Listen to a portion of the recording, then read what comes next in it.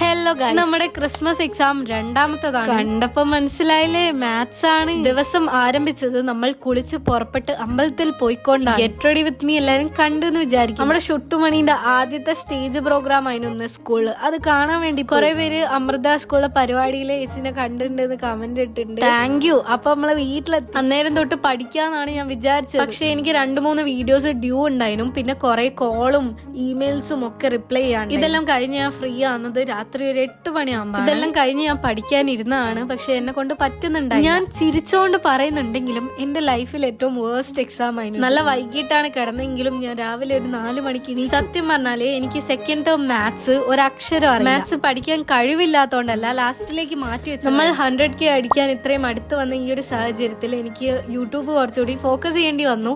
അപ്പോൾ മാത്സ് അതിന്റെ കൂടെ ബാലൻസ് ചെയ്യാൻ പറ്റിയില്ല. സത്യം പറഞ്ഞാൽ I am very depressed while editing this video. എനിക്കിത് വളരെ ഒരു ബാഡ് ഡേ ആയിരുന്നു. ഈ ഒരു വീഡിയോ ഇടണ്ടെന്ന് ഞാൻ വിചാരിച്ചു. പക്ഷേ അത് ഞാൻ ഇടാണ്ടിരുന്നാൽ എനിക്ക് സംഭവിക്കുന്ന നല്ല കാര്യങ്ങൾ മാത്രം ഇടുന്ന ഒരു പ്ലാറ്റ്ഫോം ആയി. പഠിക്കാണ്ട് പോയിട്ട് പരീക്ഷയ്ക്ക് ഫെയിൽ ആവണം എന്നല്ല ഞാൻ പറയുന്നത്. സംടൈംസ് നമ്മൾ എഫേർട്ട് ഇട്ടാലും it will not go in ആർ. പക്ഷേ remember, failing after putting in a lot of efforts is far better than ഒന്നും ചെയ്യാണ്ട് ഫെയിൽ ആവുന്നത്.